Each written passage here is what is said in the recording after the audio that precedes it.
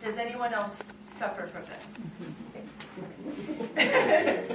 Growing up, both of my parents were in the United States Air Force, and we moved around a lot. I was born on Clark Air Force Base in Angeles City in the Philippines. I went to high school on Aviano Air Force Base in Italy. I lived in Germany, New York, New Jersey, Oklahoma twice, and Georgia. When someone asks me where I'm from, I either tell them everywhere and nowhere or Augusta, Georgia, depending on how much of a conversation I want to have with that person at that time. I feel like I grew up with no real identity. During the summers, we would visit my parents' extended families, and I would see my cousins and how close they were to my other cousins and my aunts and uncles and my grandparents. And I never felt like I had a real connection to that. I never felt like I was a part of that. I spent those years rebelling against my family. I was angry that I was never able to stay in a school. I was angry that I was never able to keep my best friend. I was angry for my mom for deploying for a year. I was angry at my dad for leaving. I was angry at my little brother for everything.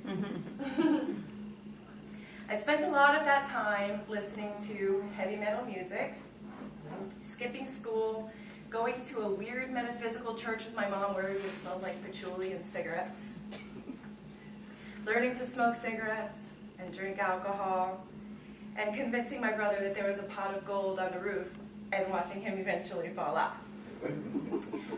He was fine. Don't worry. When I moved to Florida, I was searching for something, but I had no idea what it was. I quickly fell in with the wrong people who had the wrong habits, and before I knew it, I had lost a decade of my life. It just flew by in a haze. It was gone. I know now that I was rebelling against myself. No one had ever apologized to me for my difficult childhood, not that anyone ever does. I took the evil, cruelty, and weaknesses of the people that I had grown up with, and I made them my own. I didn't believe that I was worthy of love and friendships and acceptance, respect, and I punished myself for it.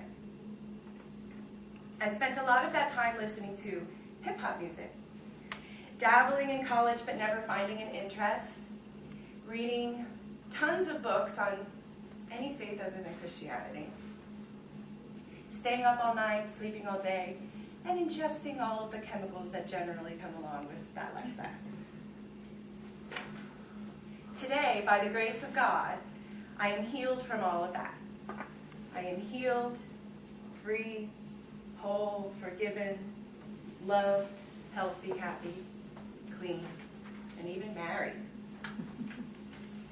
So I've had to find new ways to rebel. With all of that freedom, I have to stay true to who I am, yeah?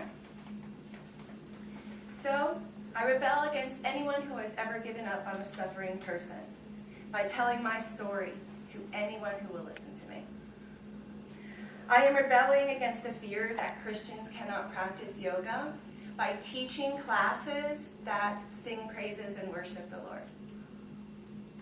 I am rebelling against the system that unjustly punishes the ill, disenfranchised, and addicted by teaching yoga and meditation to women who are trapped in that system. I am rebelling against the entrepreneurial status quo by building my business around the lifestyle that I want and refusing to check my email before lunch and spending as little time at my desk as possible. I'm rebelling against a food system that poisons Americans by learning to grow my own vegetables, and I'm rebelling against my husband by making him eat them. Nowadays, I only listen to music that doesn't offend me. I go to church, I meditate, I paddleboard really early in the mornings. I'm building a business that is authentic to me, vulnerable and helpful to others, and I hope to retire my husband one day. Most mornings I'm up at 6 a.m. without ever hitting the snooze button one time, and at least once a week I'm in bed by 8:30. E.B. White gave a quote once, and it's become my motto.